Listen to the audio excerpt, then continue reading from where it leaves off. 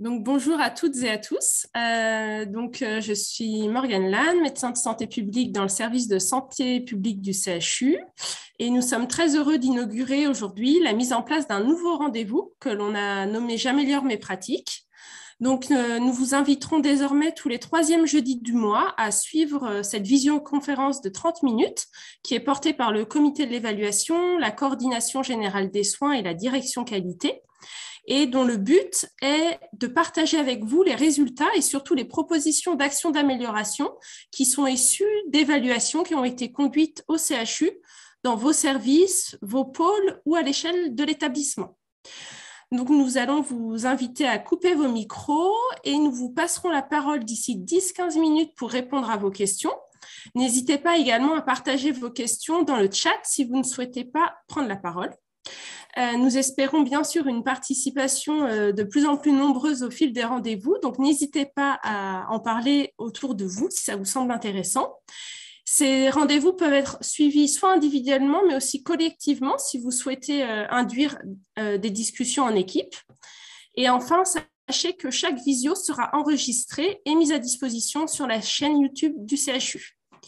Je vais laisser maintenant la parole à Isabelle Trichereau et Anne-Lise Ruellan qui vont vous parler des médicaments à risque. Merci Morgane. Bonjour à toutes et à tous. Je suis Isabelle Trichereau, cadre de santé, et je suis accompagnée par Anne-Lise Ruellan qui est pharmacien. Toutes les deux, nous faisons partie de la CoSécuriMed, c'est la commission de sécurisation de la prise en charge médicamenteuse. Et ensemble, nous allons vous présenter J'améliore mes pratiques sur les médicaments à risque.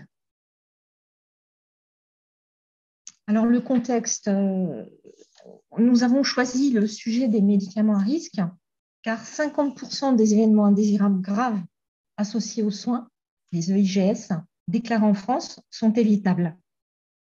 Le médicament, c'est la troisième cause des EIGS déclarés en France. 75% des erreurs médicamenteuses concernent des médicaments dits à risque qui, pour la plupart, appartiennent au Never Event. Les Never Event, ce sont les événements indésirables évitables qui n'auraient pas dû arriver si des mesures adéquates avaient été mises en place. Donc, face au risque, on se dit que vraiment, il y a une nécessité d'agir pour que ces événements ne se reproduisent pas. Au CHU de Nantes, on a fait le choix de la mise en place d'une balise visuelle en août 2020 dans le libellé des 40 médicaments identifiés au sein de la liste institutionnelle des médicaments à risque. Cette balise visuelle, on la retrouve dans le dossier patient informatisé Millennium pour ce qui concerne la prescription et l'administration. On retrouve également la balise visuelle dans le logiciel Pharma, qui, lui, est dédié aux commandes et aux dispensations médicamenteuses. Les objectifs concernant la mise en place de la balise, c'est d'attirer l'attention des professionnels de santé sur la dangerosité de ces médicaments à toutes les étapes de la prise en charge médicamenteuse, de diminuer le nombre d'erreurs et d'événements indésirables médicamenteux. Concernant l'évaluation des pratiques, l'objectif, lui, est d'évaluer l'impact de la mise en place de la balise sur les pratiques professionnelles. En ce qui concerne la méthode, nous avons procédé par un recueil des données par questionnaire. Ce recueil, nous l'avons réalisé en novembre 2021, un an après la mise en place de la balise. Le recueil s'est fait auprès de tous les professionnels médicaux et paramédicaux des services de soins du CHU. On a envoyé le questionnaire sur les boîtes mail personnelles des professionnels. Puis, bien sûr, il y a eu une analyse des données qui a été réalisée par l'unité d'évaluation ERIC du service de santé publique. Et enfin, il y a eu une diffusion des résultats en mai 2022 via la lettre d'info du CHU, qui normalement est reçue par tous les professionnels. Je vais maintenant vous présenter les principaux résultats. Madame Bourrigo et Madame Tokevich, quand on aura fini, je mettrai. Ah, il y a quelqu'un qui peut-être a oublié de fermer son micro. Donc, je vais vous présenter maintenant les principaux résultats de cette étude. Donc, il y a eu 428 répondants, dont 63% d'infirmières, 20% de médecins seniors. Je peux également citer qu'il y a eu 7,5% d'IDE de spécialité, 5% de cadres de santé, 3% d'internes et 2 IPA. Donc, les résultats ils vont porter sur la connaissance des médicaments à risque. Seuls 30% des participants connaissent l'existence d'une liste institutionnelle de médicaments à risque.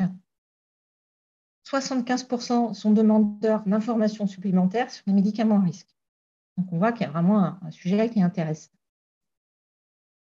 Sur la bulle qui est sur la droite, on retrouve la réponse à la question « Pouvez-vous citer au moins un médicament à risque ?»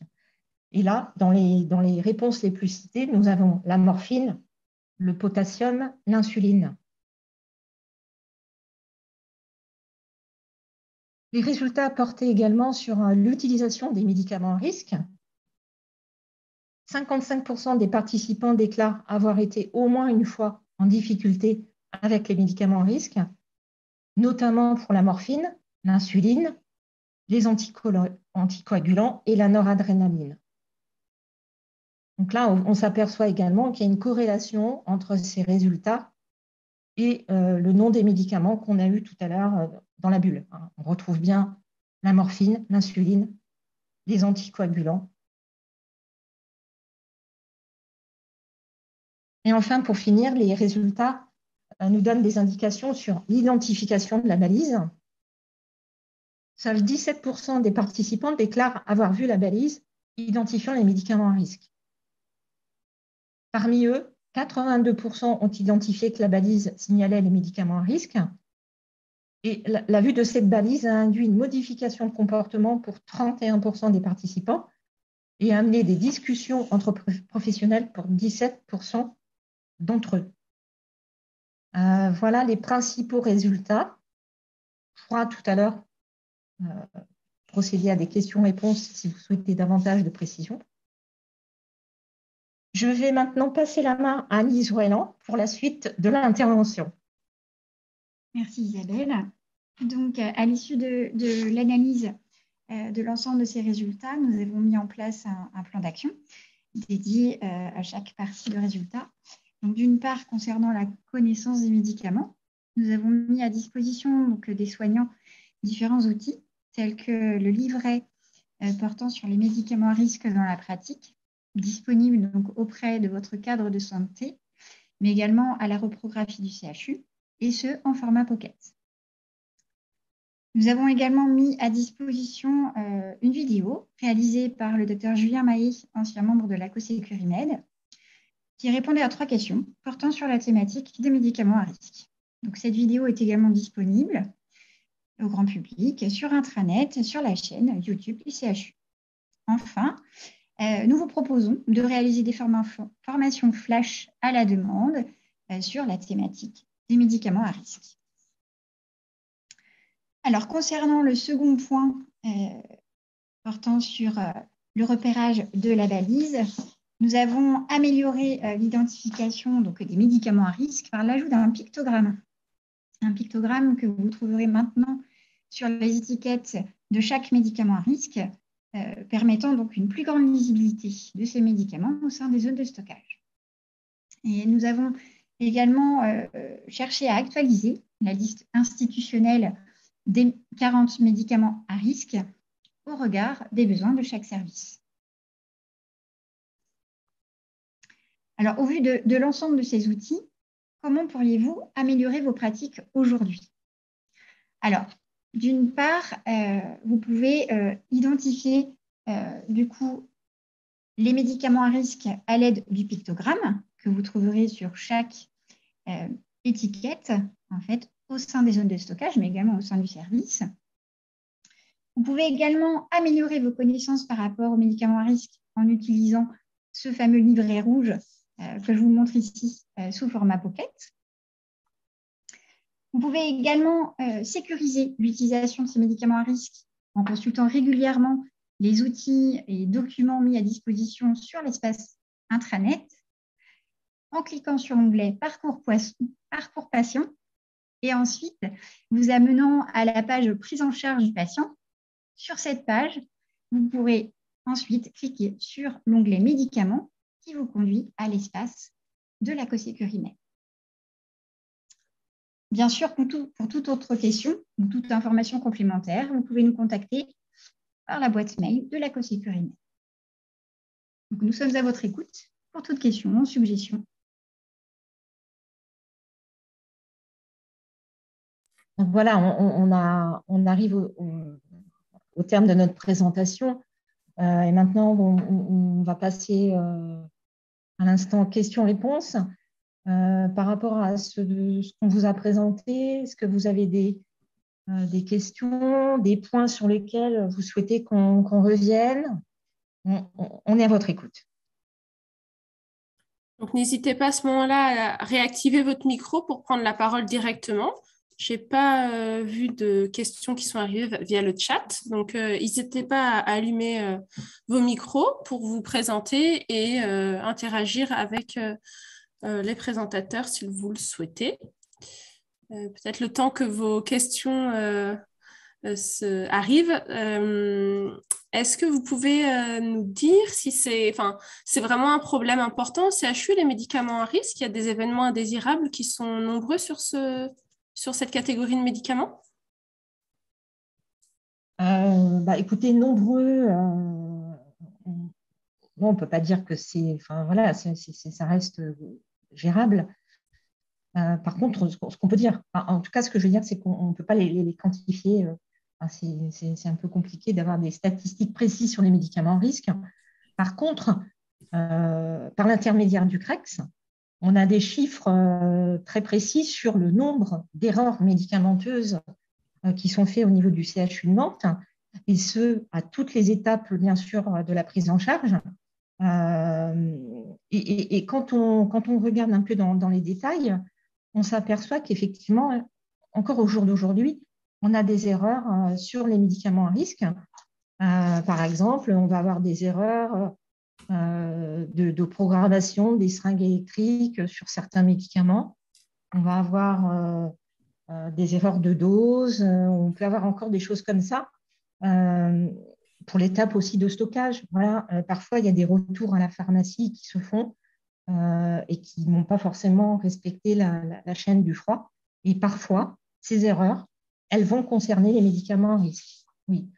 On a, par exemple, les médicaments sur lesquels, je pense, on a des erreurs le plus souvent, ça va être par exemple sur les seringues d'héparine, programmation des seringues d'héparine. On a des erreurs aussi de retour à la pharmacie sur les insulines, qui normalement elles doivent être stockées. Voilà, on doit respecter la chaîne du froid. Il y a encore des erreurs, bien sûr, qui sont faites sur les médicaments à risque. Oui. Bonjour, donc Cécile Pécaud à la CoSécuriMed. Je peux peut-être compléter ton propos, Isabelle, en disant effectivement que c'est un petit peu difficile de répondre à cette question, parce que sur la déclaration, il me semble, j'ai le sentiment que les médicaments à risque sont plus déclarés peut-être que d'autres médicaments. Donc, on a un biais, je pense, il me semble qu'on déclare un peu plus toutes les erreurs de débit qu'on peut faire sur la morphine, l'héparine, etc., qui sont des médicaments à risque. Donc, ça les surreprésente dans les FEI, alors que possiblement, il y a des erreurs aussi qui sont faites sur des antibiotiques ou autres et qui ne sont pas forcément signalées parce que considérées comme moins graves. Donc, c'est à la fois un biais déclaratif, mais ça montre aussi qu'il y a une meilleure sensibilisation à la déclaration des médicaments à risque. Enfin, j'ai ce sentiment-là. Je ne sais pas si dans les services de soins, s'il y en a d'autres qui partagent mon opinion ou… Nous avons 2 questions sur le chat. Peut-être qu'on peut les rapporter maintenant. Donc, il y a une première personne qui est IAD au bloc PTMC et qui, si je comprends bien, la petite note ne voit pas l'application des balises à la pharmacie du bloc. Est-ce que c'est en cours de déploiement? Est-ce que c'est possible que, si c'est bien, est-ce que les balises sont déjà déployées au bloc PTMC?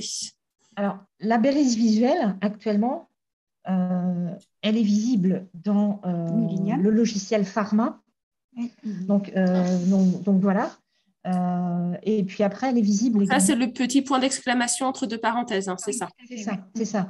Donc ça, c'est ce qu'on appelle la balise visuelle. Après, en ce qui concerne le logo des médicaments risques, donc là, c'est ce qu'on voit, là, le petit triangle jaune avec le point d'exclamation rouge. Actuellement,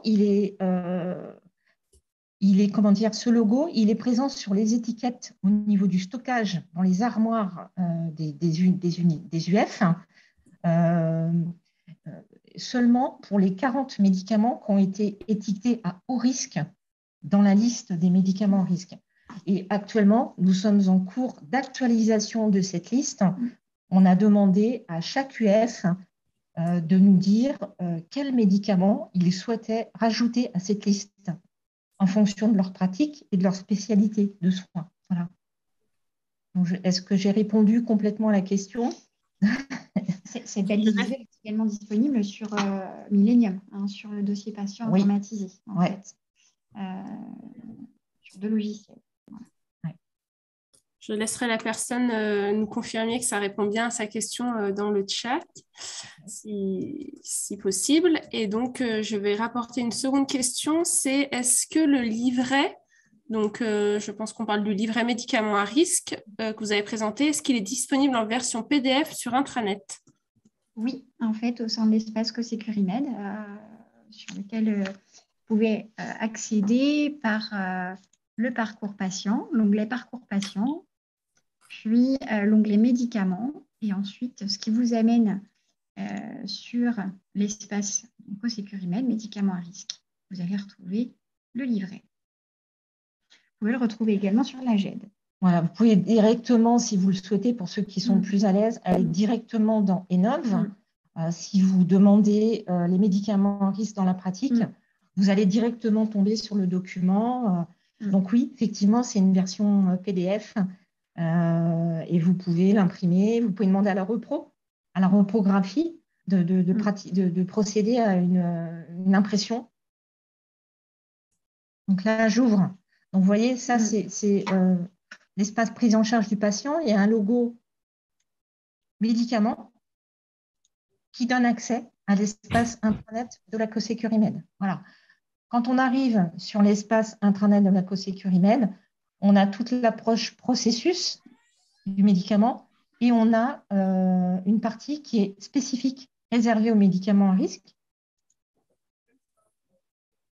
Actuellement, alors je dis actuellement parce que cet espace, on est en train de le moderniser, on est en train de modifier l'ergonomie, mais actuellement, en tout cas, le livret, il est accessible ici. C'est ce que tu disais, Anise, livret d'information, les médicaments à risque dans la pratique.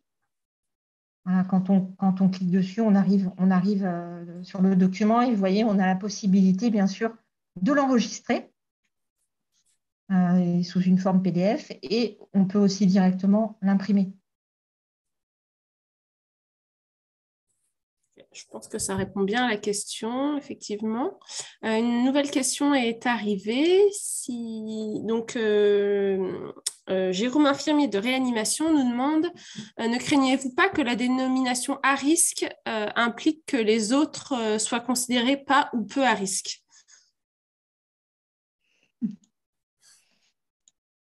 C'est pour prioriser, en fait, une liste de médicaments sensiblement plus à risque. En fait, on ne dénigre pas les risques des autres médicaments, mais c'était vraiment pour définir une priorisation de certains médicaments plus à risque. Je pense qu'en fait, la dénomination vient aussi du fait qu'en cas d'erreur, le risque est plus majeur pour le patient que d'autres médicaments. Donc, certains ont utilisé à haut risque, parce qu'effectivement, tous les médicaments sont à risque, mais les conséquences patients sont plus importantes pour ce type de médicament que pour d'autres. Mais oui, sur le fond, on est tous d'accord qu'aucun médicament n'est sans risque.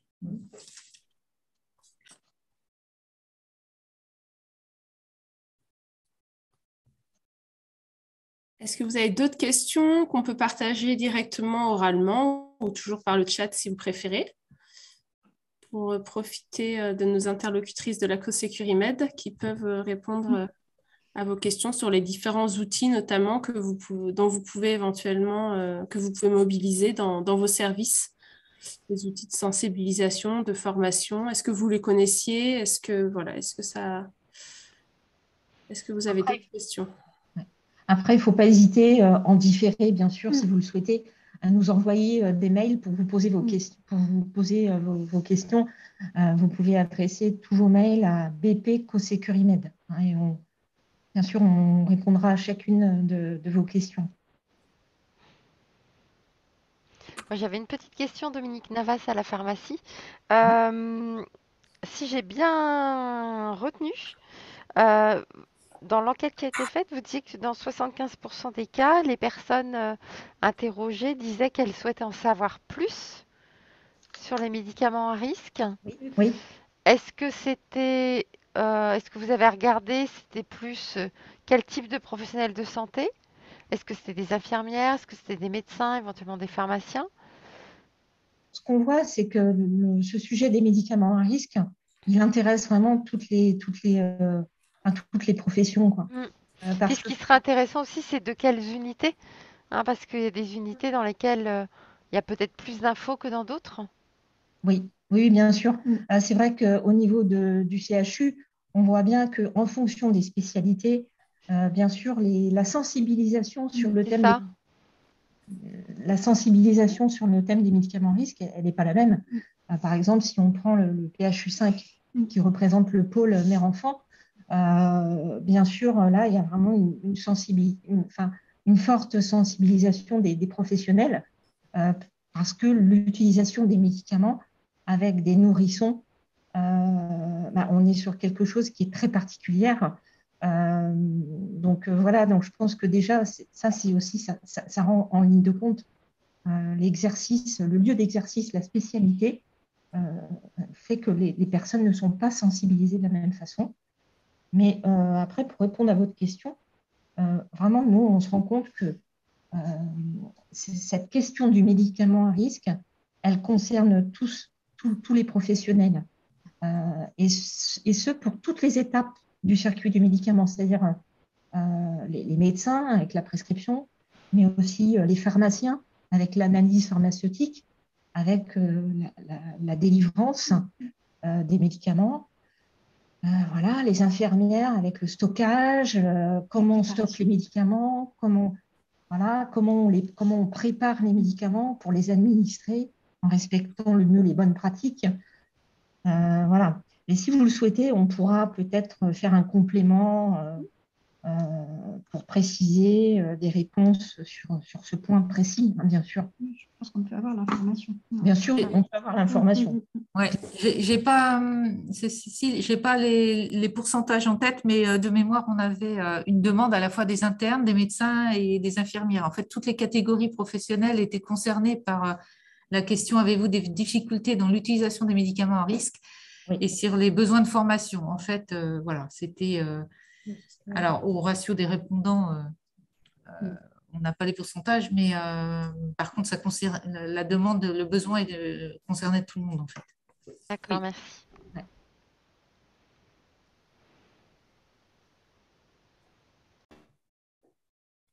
Je crois qu'on a d'autres questions? Sinon, je vois qu'on est arrivé au terme du temps qui nous était imparti, comme on dit. Donc, est-ce qu'il y a une dernière question? Non. Morgane, dans le chat, est-ce qu'on a une question? Non. Un remerciement pour cette initiative très intéressante. Très bien, merci. Et avant de se quitter, on va en profiter que vous êtes encore nombreux connectés pour vous afficher le programme des prochaines sessions sur J'améliore les pratiques. Donc notez bien dans vos agendas. La prochaine date, ça sera le 20 octobre, c'est la prise en charge d'une personne en situation de handicap. Puis après, on aura le 17 novembre, c'est la contention physique. Et pour finir cette année 2022, le 15 décembre, la prescription des produits sanguins labiles. Voilà un petit peu les prochains rendez-vous Et comme l'a dit Morgane Lannes, c'est tous les 3e jeudis du mois. Voilà. Et donc, je réponds s'il y a une petite question. La vidéo est bien enregistrée et disponible, sera mise dans les jours qui viennent à disposition sur la chaîne YouTube du CHU. Donc, vous avez juste à rechercher chaîne YouTube CHU Nantes et vous retrouverez cette vidéo qui sera à cet endroit-là. Très bien. Merci. Merci. Et puis, bonne fin de journée à tout le monde. Merci, au revoir. Merci à tous. Merci. Merci.